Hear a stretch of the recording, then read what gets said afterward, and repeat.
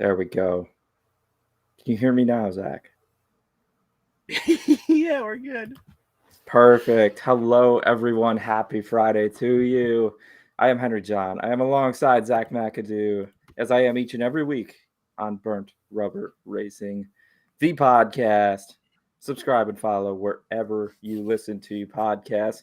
This is a big week for us, Zach. It is NASCAR Championship Week.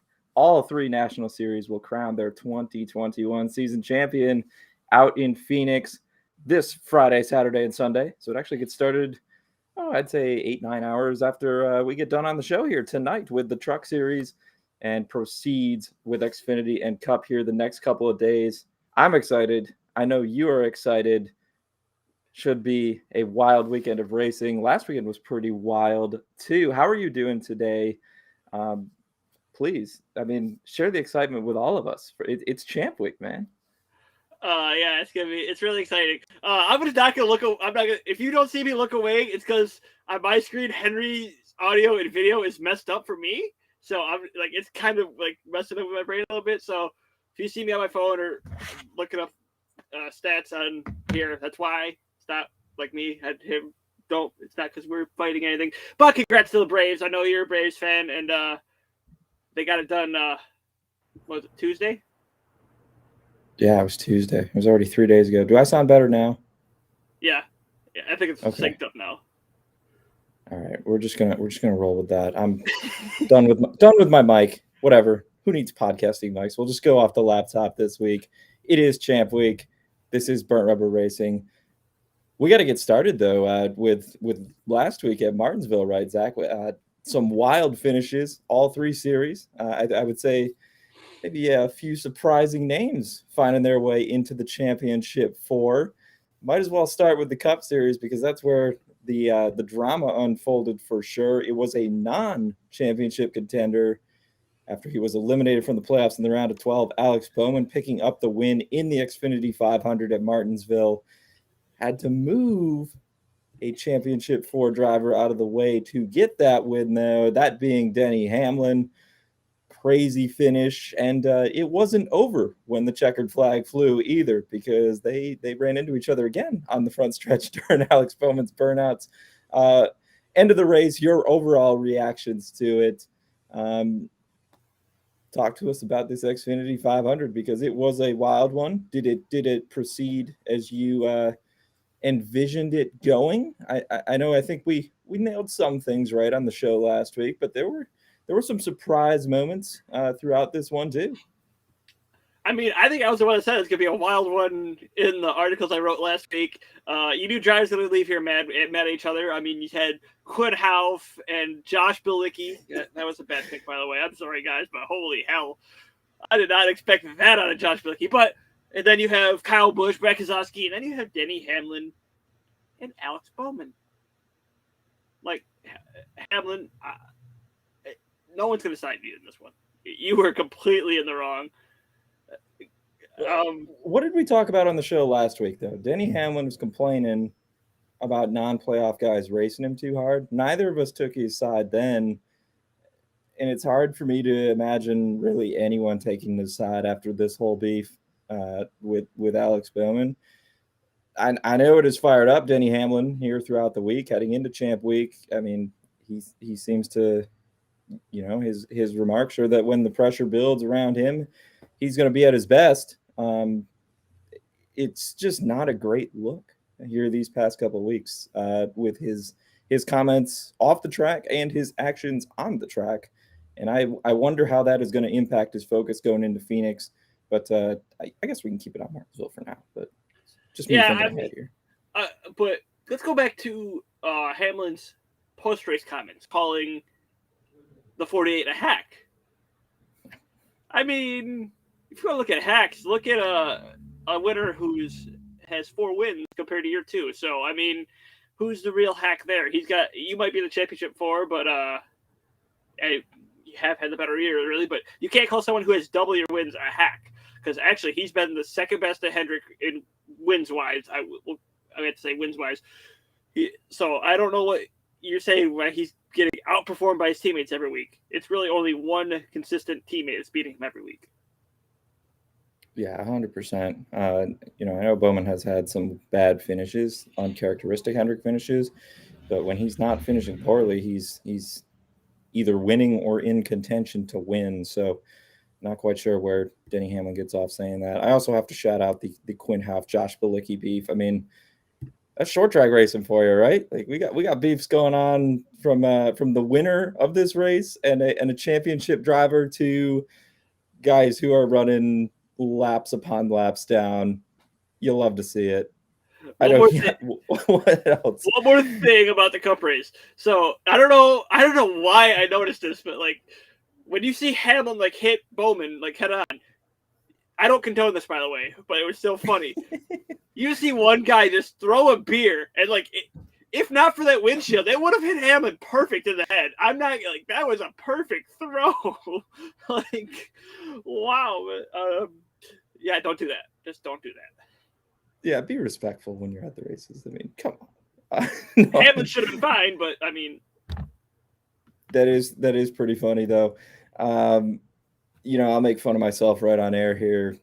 I told Zach with the Braves being in the World Series, my nights got chewed up watching baseball, not going back and watching these races through and through. So I'm a little unprepared for the recap segment this week, but it is what it is. I'm going to be honest. I'm going to be honest with the listeners, but I've done my reading. I can bring a little bit to the table here. Zach's had a nice recap article of his own over on FlurrySports.org in our little NASCAR section. So yeah, you should go read it if you missed last week's race and want to get caught up before Champ Week. That's where most of our focus is obviously going to be, though, on this show. And I am more than excited to preview and give some predictions for all three championship races. Should we finish up Martinsville first, though, Zach? Because we had in the Truck and Xfinity Series both a couple of guys who needed – one guy definitely needed to win. The other guy was in the thick of a cut line points battle going into the paperclip, and he also got it done to remove all doubt, both locking in their spots in the championship four, and that was Zane Smith winning the Truck Series, well below the cut line in points coming in, gets it done, and kind of at the expense of his GMS Racing teammate Sheldon Creed in the process, but it is what it is. GMS will be hoping Zane Smith can get the Truck Series Championship back to their garage for him this year. And then in the Xfinity Series, one of your favorites, Noah Gregson, coming through in the clutch yet again. We saw him do this in the fall when he needed to start stacking some wins. Pressure has been a good thing for him, and he's really come on here down the stretch of this season. I would argue he's right up there with Allmendinger and Cindric, or maybe even ahead of them right now in terms of momentum going into Phoenix. It's just a question of, is the cream going to rise to the top here from the full season, or is momentum going to be a big deal in this one race scenario? But that's this coming weekend. We'll get to those races just like we will Cup here.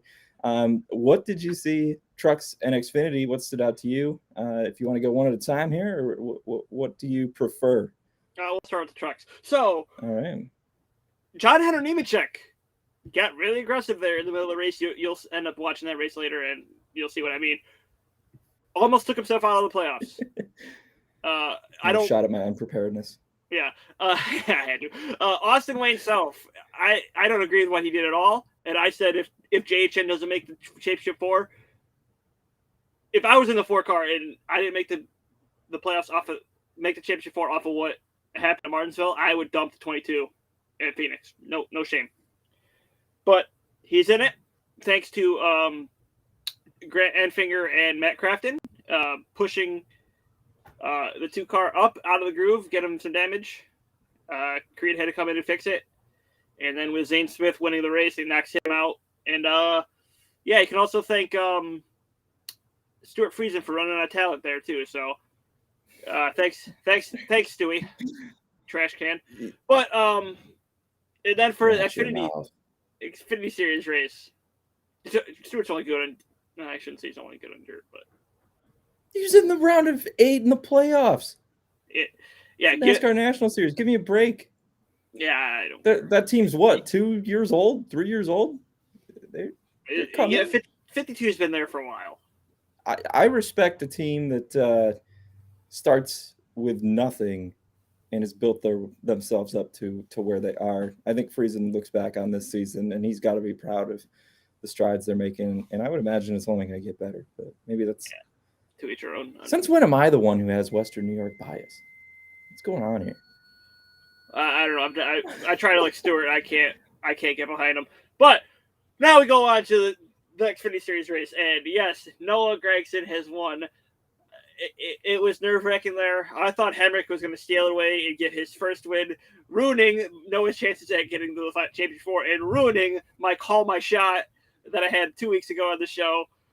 But Noah got it done. He may have dumped Ty Gibbs there, but Rubin's racing and it's Martinsville. You have to expect that. It may have been a little dirty, but it is what it is. It's Martinsville, like I said. And he got it done. Now, if for those of you who have not seen what Noah did, this is one of the reasons why I like him so much. He caught a beer can, and this is not beer, it's Mountain Dew, but I'm not. It's what I had here. He took a beer can, he opened it with his tooth, and proceeded to shotgun it in front of the crowd. I mean, how can you not like this guy? This guy is just freaking amazing. Hopefully he wins the championship and does an even bigger celebration, because you have to admit that'd be awesome. This guy knows how to party.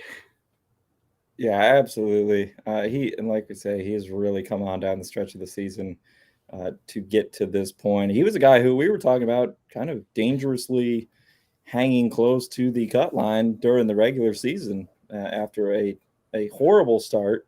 And, I go all the way back to the Miami race when he should have had that in the bag, third race of the year, easy win for him. And who knows what David Starr was doing running the lap down, but bad breaks. And but the 9 team has rebounded. They've gotten themselves back on track. And it's good stuff. I think we are lined up for 3 awesome championship races, just considering the drivers that we have in all of them. What else did you want to say here? No, I was just gonna say, I think I've made my point clear in David Starr. I'm gonna have no comment this time because I'm not gonna incriminate myself again. But yeah, I mean, if you go back and look, the article that should come out soon about the Xfinity Series, I wrote Noah. He was like 10th in points, and then after like the 3 races before the playoff started, he went from 10th to 5th. So I mean, he has turned it around. He had his back against the wall at Martinsville last week after a Kansas wreck due to his teammate, and can he keep the pressure on? I mean, he knows his back is kind of against the wall again because you're on even footing, but go out there and win it. 100% agree. 3 wins on the season, and they've all come in the last 2 months, right? All of them were in September and October. The first one was not in August. So it was Darlington, Richmond, and then and Darlington was Labor Day weekend. So and a win at Darlington will jumpstart, I think, any team knowing the history and whatnot behind that track. Good stuff. Look at it this way: both the 2 drivers. Well, who won at Darlington in the Truck Series? Or did they not go back No, they did go back in the fall. They did because it wasn't at Canadian. Yeah. Let me find that.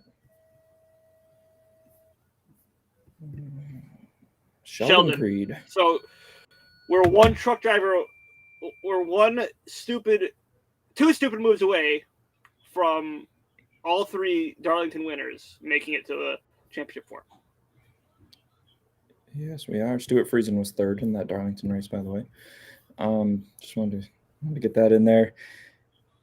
What should we do? Should we jump on news and notes? I mean, I know we have a few headlines here from this week. Yes. And then just give Championship Weekend the rest of our undivided attention here on this episode, because I know that's what we're both here for. That's what the listeners are here for this week.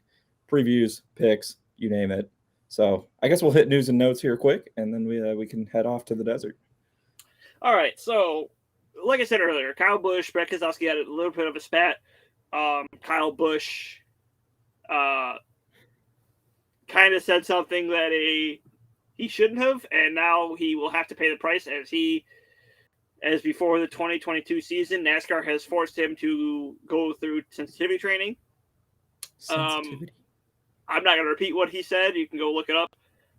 These are sensitive times, folks. Be careful. Yeah, because Matty D then goes in to defend Kyle Busch, gets blasted all over Twitter, and Matty D has deactivated his Twitter because of it. So, 2 drivers down because of all this, and probably not smart on Matty D's part. He probably should just let it go because he's still looking for a ride, as far as we know. And this is not a good look. I'm not going to say if I agree or disagree with him, but you, in the eyes of the public, you don't want to go against them because they're going to turn on you very quickly. And these race teams will see that. Especially on Twitter, and maybe you said this already, I don't know. But in Matt DiBenedetto's standpoint, he still doesn't have a ride for next year. It's not looking good that he's going to get a ride for next year. So, I mean, I'm all for, sharing your views and putting yourself out there. I think that's something that has grown on me a lot here in the past year, just with the way everything is. You kind of have to accept that not everyone's going to agree with you or necessarily like you for your thoughts and your beliefs and whatever. In this scenario, though, from a career perspective, a professional standpoint, bad move, because that just adds controversy to your name when you don't have a job lined up for next year.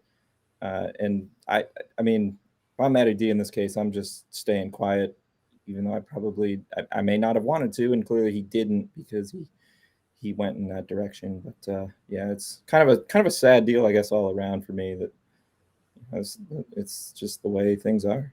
I think you and I have both learned in this day and age, at least, you gotta keep your mouth shut and stuff like this. Just just scroll past. Don't let it affect you, because they might be in the wrong, but you're gonna have a bunch of other people jump on top of them of your tweet, trying to correct them, and then you're looking bad instead of the guy who's actually wrong. Twitter's not a good place to, do that sort of thing too. Kind of toxic in there. You got no comment. Randall Burnett, the crew chief for Tyler Reddick, he is out this week with COVID. Reddick will have a interim crew chief this week. As for, I don't think it's been announced yet. It probably has, but I didn't see it. Make fun of my preparedness, but at least to watch races. And then race times and networks have been released for next year. We had, I believe they said it was the most races on network television since 2007, I think. All the races that were supposed to be on NBCSN are now going to go to USA Network next year. A little bit better. More houses have USA Network than the NBCSN network. So that's NBCSN, not NBCSN network. Oh God, I just pulled a Mac conference mistake there. I'll let it slide just this once. Yeah. So there are a couple of races I noticed that were had weird start times. You have an Easter race that starts at 7. You have Nashville starting at 5. Nashville at 5. Yeah, that's what I said too. Why is it starting? Does that track have lights? It has to. They hosted truck races at Friday night. True. Yeah. So yeah, it should be interesting going forward. Well, from a handicapping perspective too, obviously we're looking ahead to next year here in this discussion, but when you have races like that start during day and are going to end under the lights, under darkness, that impacts track temperature and all those things. And so it could impact the racing and which guys are able to come on as the race goes on. So our start times, the be all end all and really a key factor, not necessarily, but they are something to note when you take into account changing track conditions and things like that. So, and also you want to know when you can watch the races and stuff. So I'd get on that stuff. find out when everything's in action and where it's going to be at next year. Nothing is exclusively on Peacock yet, though, right? We're not going down that rabbit hole. Just the one IndyCar race. Yeah. Yeah. Okay. Good. Unless they put practice and stuff on there, I don't think so. They haven't said anything about it yet, so I wouldn't. I'm gonna just say it. Not doing it yet. That should do it for news, unless you have anything else. I did have one other thing. I don't know if you saw this story, kind of going back to, the first story, Kyle Busch and Matt DiBenedetto a little bit more, but the whole Liberty University. Sexual harassment, assault, whatever's going on down there deal. Hendrick Motorsports, Rick Hendrick, are kind of facing some criticism here because of standing by Liberty as one of the primary sponsors, of course, for 2014 and William Byron. They've been on that car numerous races. Inked a sponsorship extension a couple weeks ago, back in October, and they're gonna keep Liberty on board. Hendrick's quote, things that happened years ago, whenever it did happen, they'll make it right and move on, end quote. I mean, I kind of tend to fall into that same boat as well. I think the way motorsports are going, you can't take sponsorships for granted. I mean, we're even seeing a lot of these primary teams running 3 or more, lead sponsorships in a season, because you don't have sponsors staying on across a full season quite like you used to. I mean, maybe it'd be another race here and there, but several different paint schemes and lead sponsors on the car week to week. So just let things run its course, kind of like how that's going. And, like you said, it was years ago here. So I don't know. Did you have any other major thoughts on that? It wasn't years ago. Jerry Falwell said, like last month, something about how he was going to suspend sexual assault victims for what they said. We don't agree with that. I'm gonna point out Jerry Falwell's an idiot for that and other stuff. Probably should have been let go after the other stuff, to be honest. But it's like he resigned over a year ago, though. No, he was still on. Because of things that happened. He was still on because he was fired. Sure about that? I'm 95% sure. Because there's a big. Okay, so USA Today is lying. Perhaps. That wouldn't surprise me. Their fact checkers are going to be a little off. He was still out of it something because they said he had to be removed for these comments. I don't know. We'll have to dig on that. Okay, but it's not super important. Yeah, no, back to the main point. Something. Yeah. Unless all you fans out there that are saying all this stuff about Hendrick for not dropping Liberty University, unless you're going to put the money out there to sponsor them, shut the hell up. Because they're getting paid a lot of money for putting that logo on that hood, and until you step in and say I shouldn't say you put the money up, shut the hell up, because it's a moot point.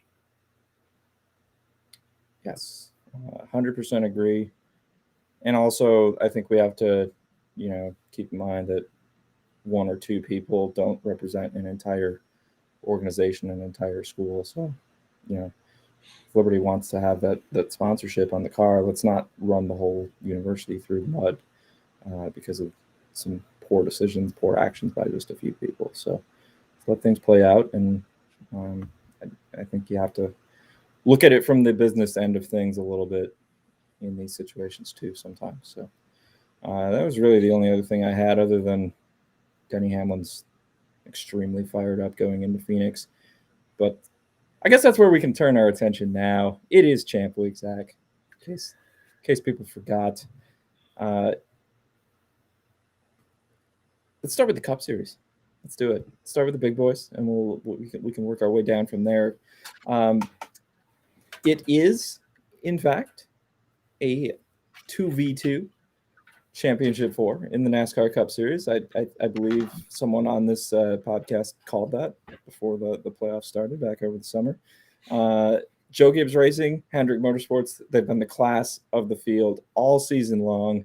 Lo and behold, we have 2 JGR drivers and 2 HMS drivers in the Championship 4 to decide who takes home the grand prize here for the 2021 NASCAR season. Of course, Kyle Larson getting there via his 3 straight wins over the end of the round of 12 and then the round of 8. Dominant season for him. We've got Chase Elliott, his Hendrick Motorsports teammate, just 2 wins this season. Both came on road courses, but he's able to point his way in successfully. Got 6 stage wins over the course of the season. He joins Larson in the final 4. And then from Joe Gibbs Racing, Denny Hamlin, who we already talked about. He seems to have had plenty of drama here the last couple of weeks on and off the track. But, the 11 team, they couldn't score a win to save their lives during the regular season. Finally got the monkey off their back. Very first race of the playoffs at Darlington, followed up and got another one to kick off the round of 12 at Las Vegas. Hamlin's been arguably more consistent than anyone not named Kyle Larson this season.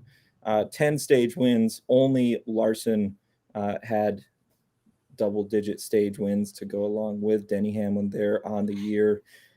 24 top 10s for Hamlin, 18 top 5s. That's just 1 less than Larson. And rounding out the championship 4, Martin Truex Jr., one of Zach's all-time favorites. I may have lost my William Byron futures, but my MTJs are still alive, Zach. Love to see it, right? 7-1, 8-1. I got him. Man, for a guy who won 3 wins and had the most wins in the sport early in the year, and he's got more wins than Elliott and Hamlin. Finished out with 4. Of course, did score a playoff victory at Richmond. They've had consistency issues, but the 19 team is really, to me, when they have not performed, almost beaten themselves with pit road issues, having to restart at the back, penalties, you name it. So, and MTJ won at Phoenix in the spring. So it should be a fun one on Sunday. You have been taking the time to kind of give a full Championship 4 tail of the tape preview, breaking down the stats and whatnot of the drivers for all 3 series. Those columns have been slowly making their way up over at flurrysports.org.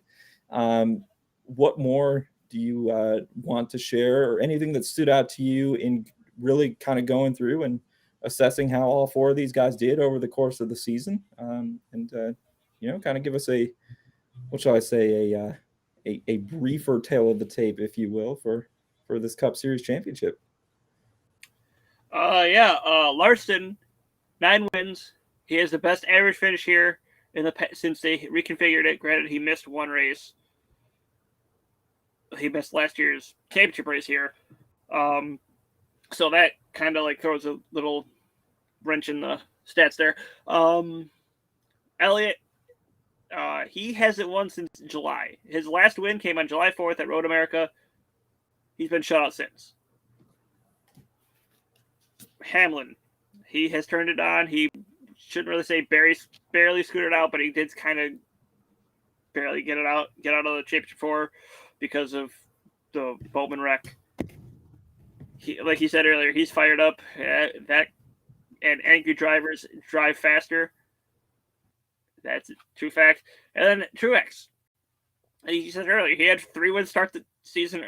Start off hot, fell off a cliff. Like we noticed here, like on the ovals, he just fell off the cliff. Didn't finish the top 10 for a long time on the ovals until from Darlington to, I want to say, Atlanta. I think it was. Yeah, and I don't think he got back into top 10 on an oval until Darlington, the Southern 500, right? Might have even been after that. I have no idea. But I guess winner Richmond. Was he top 10 there? Yeah, he was 4th. So gets to winner Richmond, and then barely gets by at Martinsville due to poor decisions by Keselowski. Really, maybe not Keselowski, but a lot of other guys behind Keselowski. Excuse me. And he finds himself here. There's your 4 right there. I'm not making a pick yet, so. No, I'm not asking you to make your pick yet, but all 4 have had outstanding seasons. I mean, obviously, Kyle Larson has been the class of the field here in the Cup Series in 2021. His first with Hendrick Motorsports. He'll go for win number 10 at Phoenix, and if he can get it, he will score the championship. He's been the odds-on favorite by a wide margin to capture the Cup Series title for a long time now, ever since he really started dominating back in the spring. Current betting odds for the NASCAR Cup Series Championship. This is the futures market, so it's not to win the race, but once we go to the race odds, things will be pretty similar based on where these guys line up compared to one another. Larson plus 170, Chase Elliott plus 270, Denny Hamlin 3-1, Martin Truex Jr. plus 380. So interesting that both Hendrick guys sit ahead of Joe Gibbs Racing in terms of the futures odds. And again, this is a track in Phoenix that Truex won here in the spring. Denny Hamlin's been very successful in the past. Toyota seemed to have it working, JGR at Phoenix. Now, Elliott, of course, your defending Cup Series champion, won the title race here last fall. So he's going to try and go out and repeat and score back-to-back championships. It'd be the second sports championship for the state of Georgia, I guess, in the span of a week, right, with the Braves win. I had to get that in there again. But, Zach, I'm glad you mentioned the reconfiguration of Phoenix Raceway, because I think it's important we note that, some changes made to this track. The start-finish line moved. What more did you want to lay out for us on the 1 mile oval? So here we go. Phoenix Raceway was opened in 1964. NASCAR hosted their first race in 1988. Alan Quickie won that race. And did you know this is where the Polish victory lap started because of Alan Quickie? I didn't know that. But... well, you know. The more you know. Phoenix has the dog leg that the drivers you'll see cut it. Well, now the front stretch used to be the back stretch. I do it a lot because it makes your car go faster going straight instead of having to go whoop around the turn. NASCAR had their first truck series race here, I believe, in 1995. Xfinity Series joined in 1999. There are lights here, so in case the race has a lot of rain, we got to finish under the lights. You never know. Yeah, you never know. Does it really rain in Phoenix? No, but I mean, 2015, the race ended under the rain. It did, but I feel like that was a rare occurrence. Yeah, could happen again. In 2018, after the spring race, Phoenix decided to change the layout where the front stretch became the back stretch and the back stretch became the front stretch. Is there anything else I'm missing? This, correct me if I'm wrong, this is the finale for the PJ1 traction compound, right? That goes bye-bye next year. I hadn't heard anything about that. Maybe it's just at certain tracks.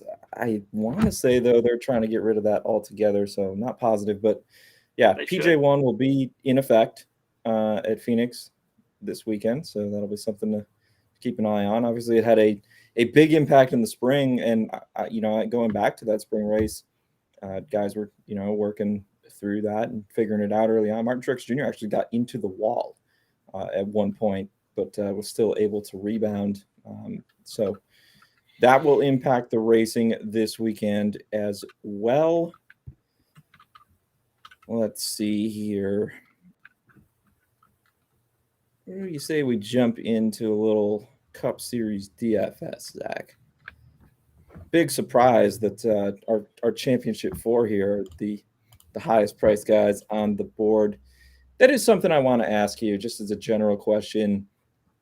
Do you think the rest of the field now, obviously NASCAR is different from other sports, everyone else is still going to be racing this weekend? There's money on the line, there's bonuses on the line. In some cases, there could be careers on the line. Looking ahead to next year, there still are some free agent decisions to be made here on the part of the teams and whatnot. And we got new teams coming up to Cup Series. Do you think the entire field's rolling over for these guys? Last year in the championship race, I would say that was definitely the case. Chase Elliott got sent to the rear, but he was able to climb through pretty darn quick and then was able to get by the other 3 that he was racing for that title. Do you think there's a guy or two not racing for this year's championship that could be a thorn in the side of these playoff drivers? Because it's kind of been a theme, Denny Hamlin, these past couple of weeks, and he certainly hasn't made any friends. So I don't know. What's your general assessment on that? Do you think this is a championship for drivers' race to lose, or is it going to be a little stiffer competition perhaps than we saw last year? I think it's a championship for his driver to lose, but at the same time, you're not going to see the other drivers roll over like they did last year. I believe it's an anomaly that the 4 championship drivers finished 1, 2, 3, 4 last year. Mm. I mean, I think the starting grid had something to do with it because you had 3 of them starting 1, 2, 3. You're not going to see that again here because they're qualifying. But as far as the race winner, it's going to be one of those 4 because it's proved every year since this stupid format has been in place, you need to go out and win. I'm going to comment on the stupid format, but what I am going to comment on is, yes, there is practice and qualifying for Champ Week at Phoenix. That is something we definitely need to mention here because other than new tracks and the Daytona 500, we just haven't had that this year, and we didn't have it last year. So we don't have a starting grid yet officially.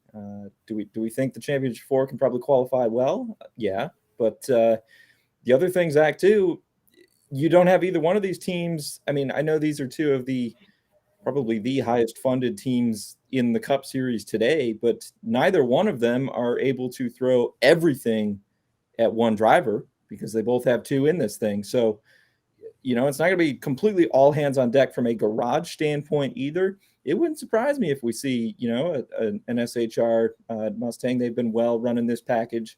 Penske, obviously the Fords with the 750 horsepower. There are some other guys who I think could come up and have a solid run. Maybe not necessarily win this race, but I think I'm with you. It's going to be different than last year.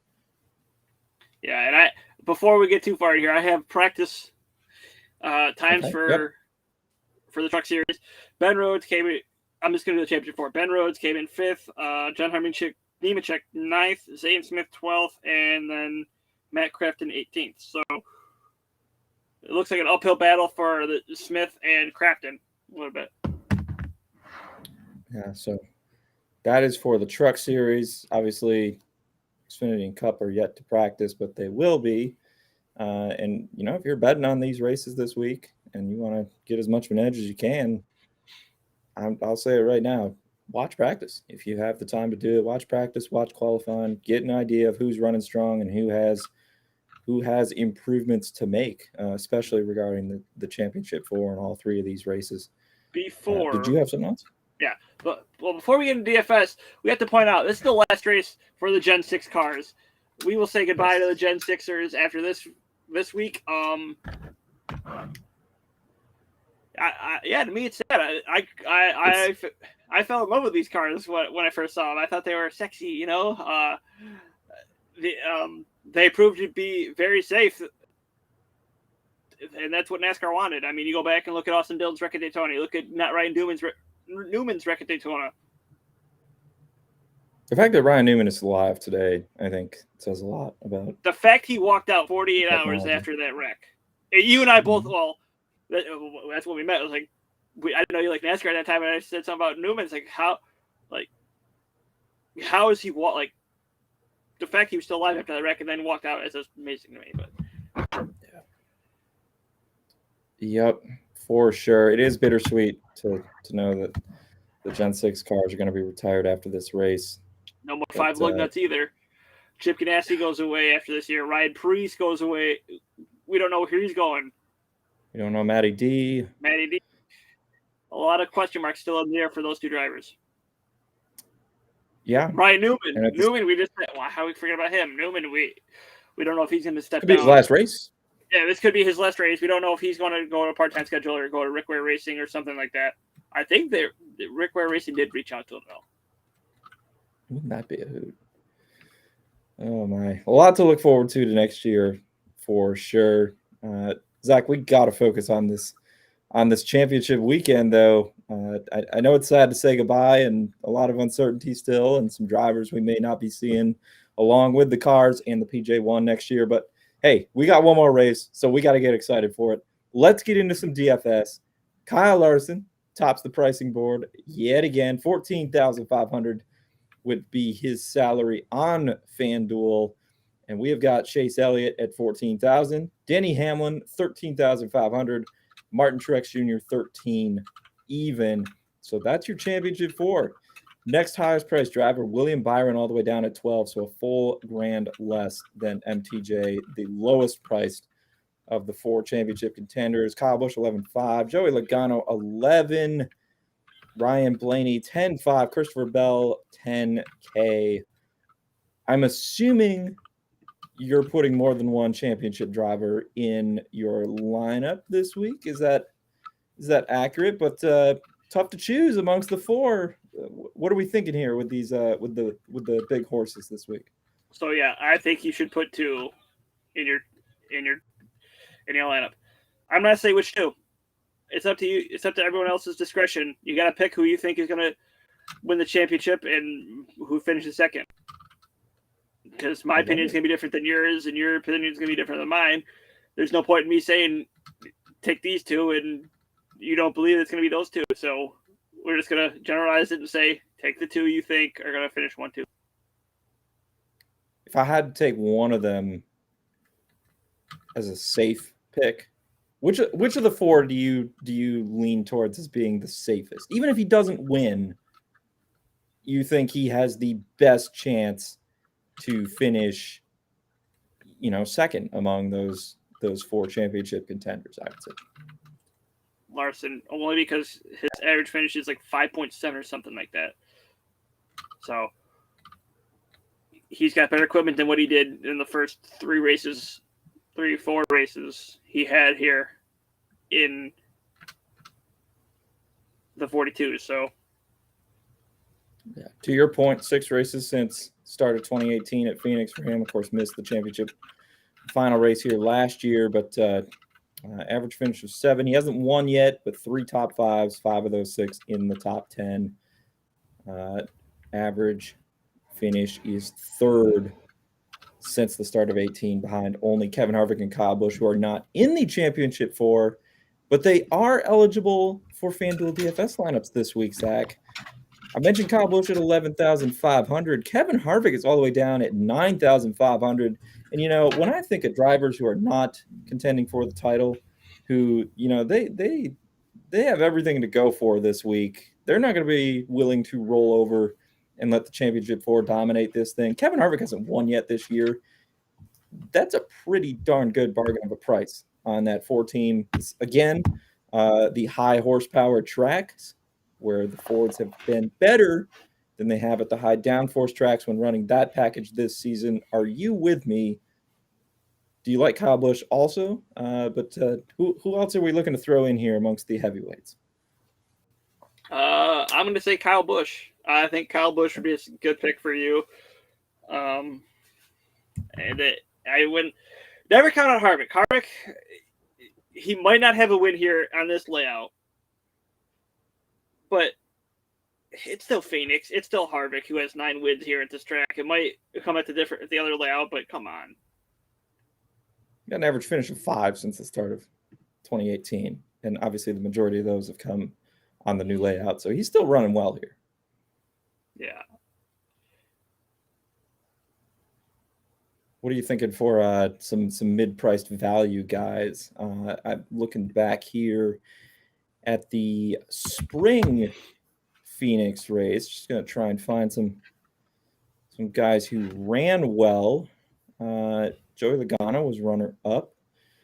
Brad K was top 5. Kevin Harvick was 6th.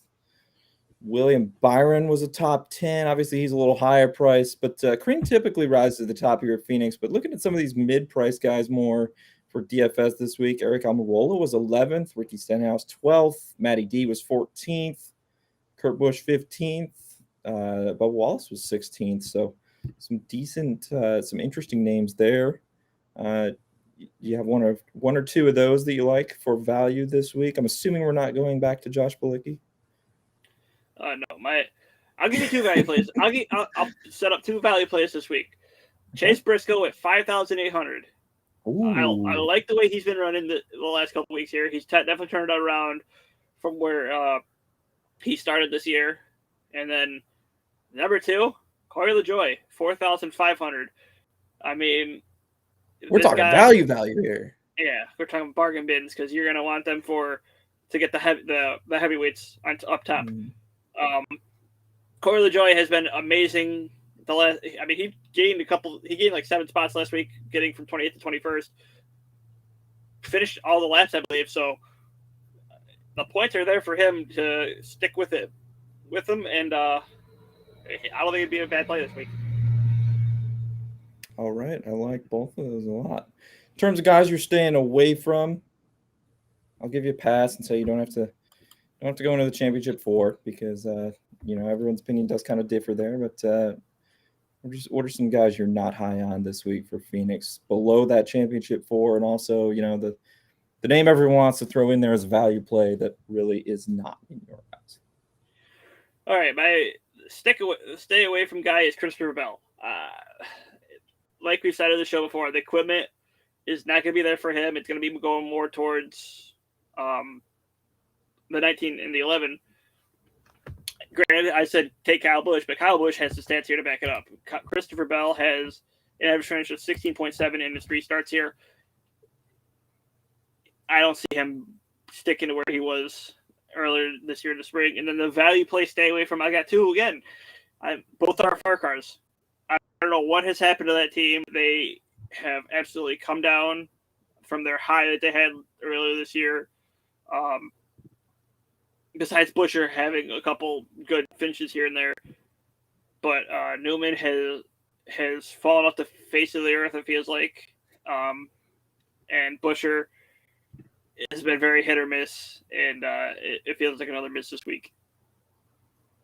Yeah, and Buescher had that great start to the season, but he was only 18th here at Phoenix back in the spring. Newman, I believe, had an incident on track and wound up 28th. I want to see Newman run well, just knowing this might be his last race, but boy, it's been ugly for Roush here these past really 2-3 months. They have been no-shows.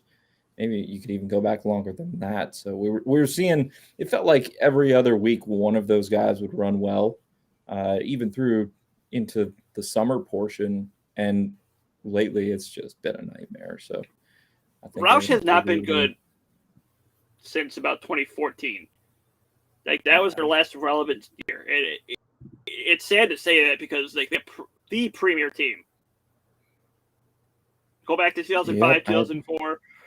All them years, and you had 5 cars going out there with a great chance to win every week, and now they're down to 2 that can't even get consistent top 10s. I'm excited to see how Brad Keselowski impacts that team because I think it can only be positive with him going over there, obviously taking on a small ownership role and driving for them next year full time in the 6. I think they're going to be able to rebound here. Will it get back to the glory days? Probably not, but it's a step in the right direction. So, we teased 2022 a little bit earlier. I am excited to see what Brad K can bring to that team. All right, let's jump into some betting odds here for the NASCAR Cup Series championship race. So these are not championship futures odds. We listed those off for the Cup Series 4 contenders earlier. These are odds to win. Kyle Larson, though, again, is your favorite, plus 190. Big surprise there, right? With the season he has had, less than 2-1 to both win the championship and this race outright on Sunday. And the other 3 championship contenders are next on the board, and it is a big gap between them and the rest of the field. Chase Elliott plus 350, Zach. Denny Hamlin 4-1. Martin Truex Jr. plus 450. Again, mirroring those championship odds. No surprise there. Better payout to win the race outright, though, when you have the rest of the field. Potentially, you could steal that win as well. Drops off a cliff after that. William Byron all the way down at 14-1 is the 5th choice. You said it when we were talking DFS. It is a championship driver's race to lose. I wholeheartedly agree with you. The question is, which one will it be? We've talked about those 4 already. Are you ready to pick one of them to win this race and the championship? Or are you going to make us wait a little bit longer and just go with some other factor stat here? I'm trying to figure out what you're going to do right now. I'm going to work this backwards, but I don't see Truck Series odds. No Truck Series odds. No. So I was we'll going get to Xfinity and trucks after this, though. Don't worry. I know. We gotta work our way down. Friday, Saturday, just get okay. Get away. So are we going to save the predictions then? Yeah, we'll Audible. Omaha. Okay. Audible. Omaha. But all right. For as far as trucks goes, who did I pick? I haven't it down. It's on the summer who I had. Embarrassing. I think you had the guy who won a lot of races and John came Hunter back and said he was there to win races and championships. John Hunter Nemechek is going to go out and win tonight. After get Martinsville early, I don't think Nemechek is going to get passed by either Crafton or Smith. The only one who really has a chance, I think, is Ben Rhodes. All right. So you got JHN taking it home for Kyle Busch Motorsports. I think on the surface, I'm inclined to agree with you. I will be curious to see if Crafton and Nemechek are running well, what kind of comes of that after the whole old man beef at Talladega. I'd be here for the old man getting one on the young gun if it comes to that. But Nemechek's the favorite for a reason. And when it comes to the Truck Series, I think you have to look in that direction. Are you going to make me audible to the Xfinity odds here? Yes. Crafton could expose the system for time in his career. Let's just don't forget about that. He very well could. All right. Odds to win the Xfinity Series Championship race Saturday night at Phoenix. Austin Cindric plus 350. John Hunter Nemechek, who of course is not racing for the Xfinity Championship, but he's driving that JGR 54 plus 380. AJ Allmendinger plus 450. Interesting the gap between those two. Noah Gregson plus 450 as well. And then we've got Daniel Hamrick. Can the fairy tale come true? We've teased it on the show for 2 weeks now. Can Daniel Hamrick get his first National Series win in the championship race and win the Xfinity Series Championship? He made the Championship 4, so part 1's done. Part 2 was he made the Championship 4 without winning at Martinsville. So there's part 2. We got one part left. Is it going to happen? He's 5-1 to win on Saturday. What are you thinking here? I don't see it happening. I think Austin Cindric continues. I'm going away from calling my shot because I have to here, but come on. I can't. I don't see Hamrick doing it, getting the fairy tale scenario here. There's too many things, too many other variables going on here, and I think Austin Cindric gets it done for the second straight year. I mean, it only makes sense with the 2-2 on the side of his car. Yeah, and of course, Cindric's going up to run for Penske at the Cup level next year. 7 Xfinity starts for Cindric since 2018. 2 wins. One of them was the championship race last year, and he won in the spring race here this year. So he definitely knows his way around this 1 mile oval. Average finish of 5.86. I'm looking for the other championship drivers. So Allmendinger finished 5th. Of course, his only race was the spring. Let's see. Noah Gregson, 5 races, average finish of just 13.8. Does have a top 5, though. And where is Daniel Hamrick? 17.2 in 5 races, 1 top 5. And, of course, no wins. So if you got to pick somebody to go up there and challenge Cindric at a track where he has been dominant here recently, which of the other Championship 4 drivers do you think does it? Or do you think it's John Hunter Nemechek? Because he's kind of the wild card here. I mean, I'm going back to Bristol for this one. I think AJ Allmendinger and Cindric are probably going to be your 1-2 here. they're going to try to fight it out again, but I think Cindric's going to edge them out. Definitely have been the dominant two in Xfinity all season long. Allmendinger just barely getting that regular season championship away from Cindric. The two have combined for 39 top 5 finishes and 10 wins, 5 apiece on the season. Stage wins are the only two with double-digit stage wins in Xfinity. 12 for Cindric, 11 for Allmendinger. I know Noah Gregson's had the hot hand recently. It'd be great to see him go out and do it too. You know, the other thing too we have to point out here, the Xfinity Championship 4, different from the other two series in that all 4 drivers represent different teams. So like I was saying, where, you know, Hendrick's not going to be able to have all hands on deck for Chase Elliott or Kyle Larson. Truck Series 2 ThorSport guys are in there. That's not the case here in this one. It is Joe Gibbs, Junior Motorsports, Penske, and who's the other guy that I didn't mention?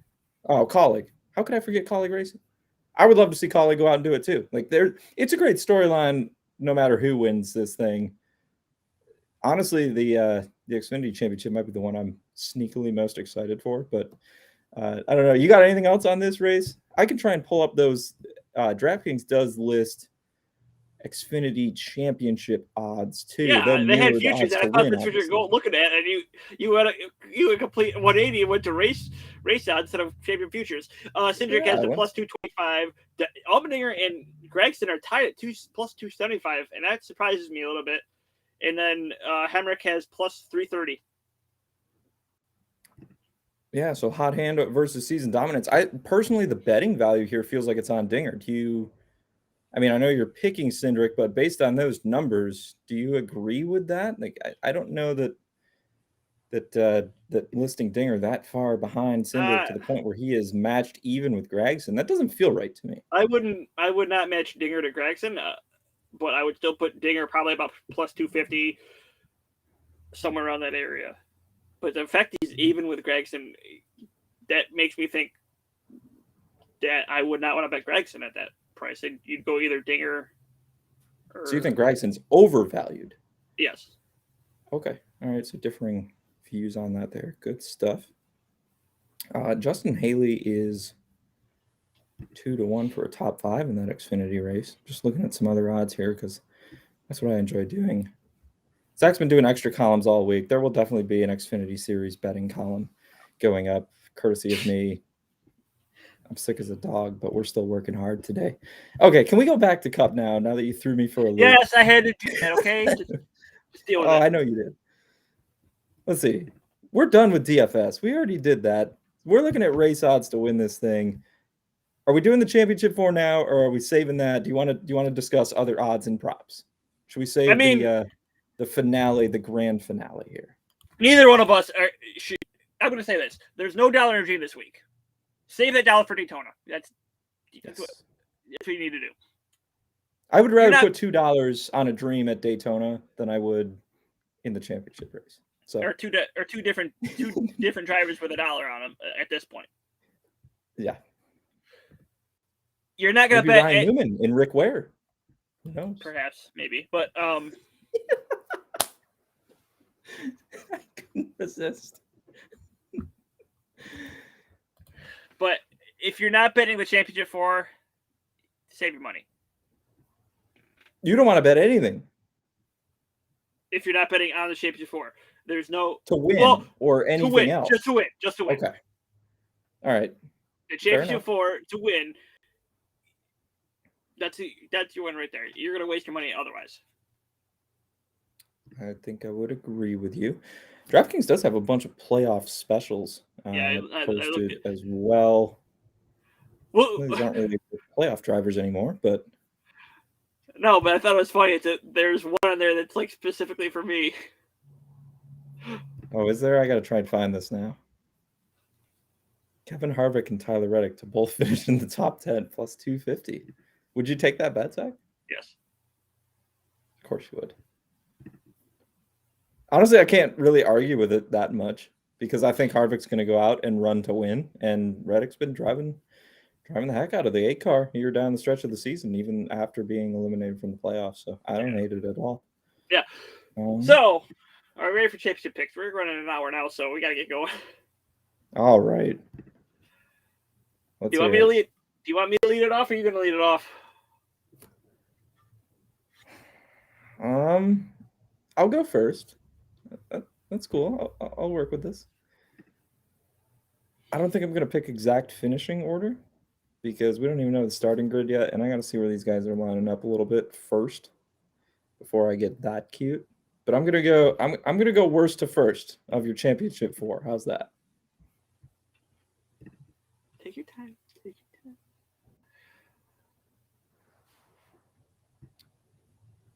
Chase Elliott's not gonna get it done this week, Zach. I'm sorry. It's gonna hurt a lot of people, but it's not happening. That 9 team has, I think, been fortunate kind of to get to this point, just advancing on points. 2 wins. They were both on road courses. He doesn't have it on the ovals this year. He's not repeating. He finishes 4th out of the 4 championship drivers. All right, I'll go. Hold on. We'll go back and forth here. I like that idea. Okay. So, right. Martin Truex Jr. might have won here in the spring, but every time he comes back to an oval, he has won it this year. It hasn't worked out for him. Same goes here at Phoenix. He doesn't get it done. He places 4th in the standings. It's an interesting note. I'm going to have to look into that, where he does well at an oval and then comes back to it. Okay. All right. Finishing 3rd for me is Martin Truex Jr. Sorry. I don't want to do that, but I have to. They've just been too inconsistent, and I know they won at Phoenix, and I know the 19 car was easily the best car in that Phoenix race back in the spring, getting into the wall to get out front and get that win. Where is he going to qualify? We've seen them start further back in a lot of races. Richmond encourages me here in the playoffs just because it is, one of the more comparable, I would say, in terms of length. Just too many issues. I could easily see another pit road speeding penalty or something stupid. And I think what has been biting that 19 team in the rear end all year, I think it's going to rear its ugly head again in a race where the pressure's on. So I know he's gotten the job done before. A few years ago, I was going to bring my pin too. I have a championship pin from that season with MTJ and wave it in front of your face, but I forgot it. I'm sick. I'm sorry. Yeah, good job. Mine's a little foggy today, but yeah, MTJ finishes 3rd. We flip-flop here. I have Chase Elliott finishing 3rd. All right. I don't think he's, like you said, he's not going to, on the ovals this year, all these 2 wins, hasn't won since July. Hasn't been keeping up as much with Hamlin and Larson to make me think that it's going to be different here. So Elliott got to take the fall here. All right. Well, that leaves us with the 2 most consistent guys in the Cup Series all year. Kyle Larson, Denny Hamlin for both of us. Maybe a little personal bias. I got Denny Hamlin 2nd, and I got Kyle Larson taking home this championship. I can't pick against a guy who's won 9 races this year. He was out of the sport last year and has come back in and absolutely dominated with a new team. I know it's better equipment. I know you can say he has all these advantages that he didn't have in the past. But Larson's been winning everywhere he goes. He's won like a ridiculous 78 out of 85 dirt races or something. It might even be a better percentage than that when he's not running in NASCAR. He gets it done. Zach mentioned his stats here at Phoenix. Doesn't have that win, but he's going to get that win this Sunday. He's got the 3rd best average finish and the best of all the championship guys. Hamlin's right behind him, 7 to 7.14, and Hamlin does have a win here, but I'm going with the 5 car. I think he gets it done, caps off this incredible 2021 season, win number 10, and a championship to boot. And did I bring it up on the show last week, or was it just in conversation with you somewhere? Kyle Larson, if he gets this championship, he's the athlete of 2021. Like, he literally is. No one in any other sport has done what Kyle Larson has done, not only in NASCAR, but at dirt races all around the country.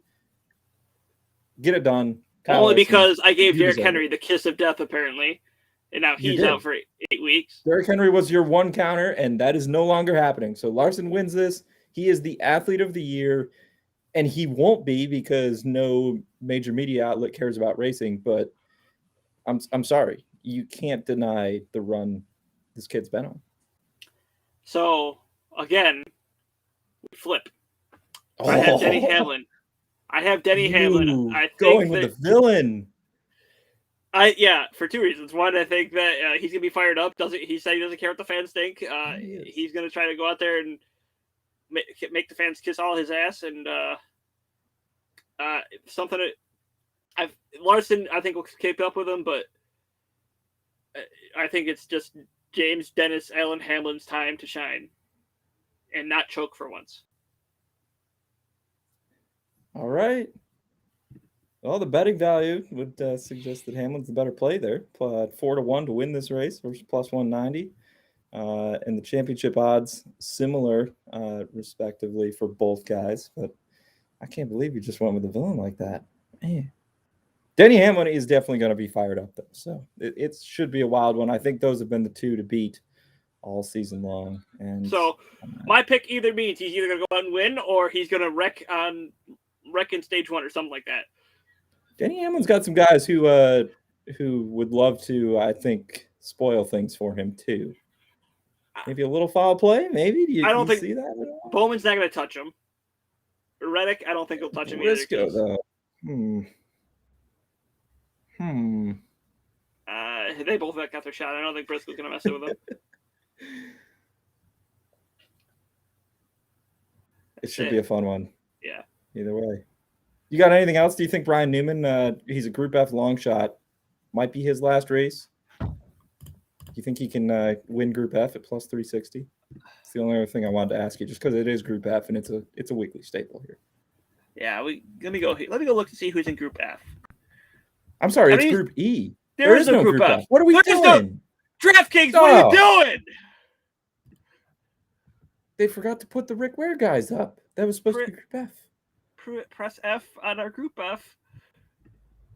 Well, you know something? I'm wondering if Group A, I wonder if they moved every group forward and Group A is supposed to be the Championship 4.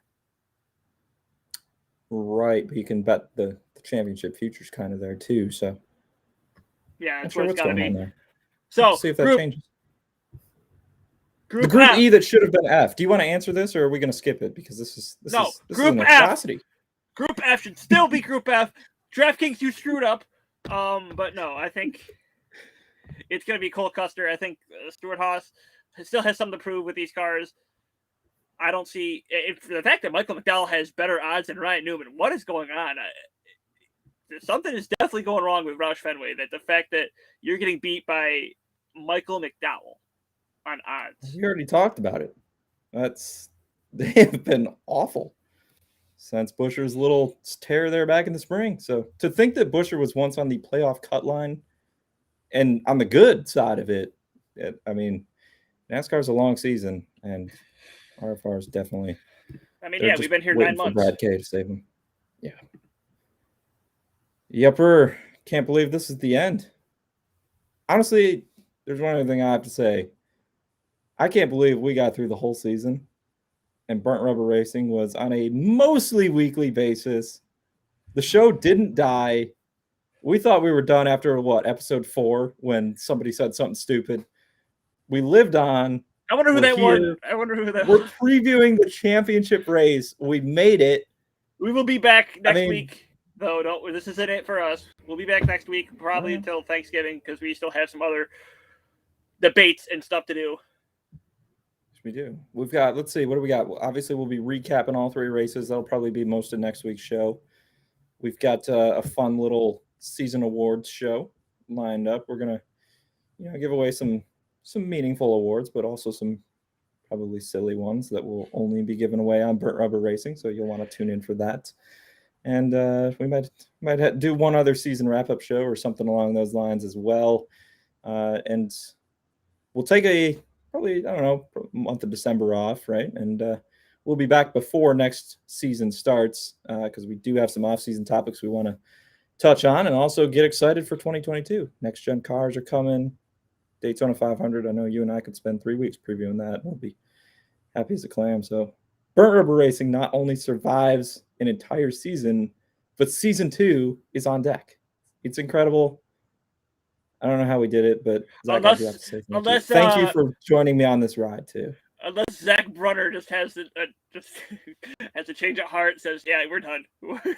You guys are idiots. You're done." No, that's not going to happen though, because we're going to find a guest host for the awards show, and I think that would be the perfect role for him.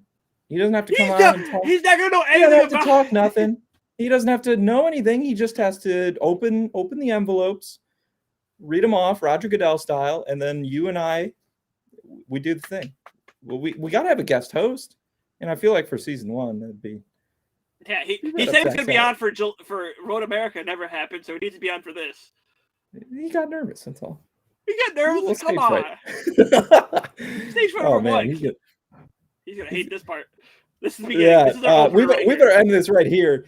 Good luck to everyone. No. Oh. I have something else. It's not NASCAR, but okay. I feel like you can echo my sentiment or say I'm wrong or not. But Tuesday morning, 3:39 a.m., a unnamed NFL star decided to be drunk drive and hit someone. My point being, don't be stupid and drive drunk. Get so many people out there who would not want to see you do that stuff. Call someone, go get an Uber, do whatever. Just don't be an idiot and do that. Because now you have a woman and dog who are now dead because of this. And now the guy's probably going to go. Hopefully they throw the damn book at him. Sorry to say, but I understand it's a mistake.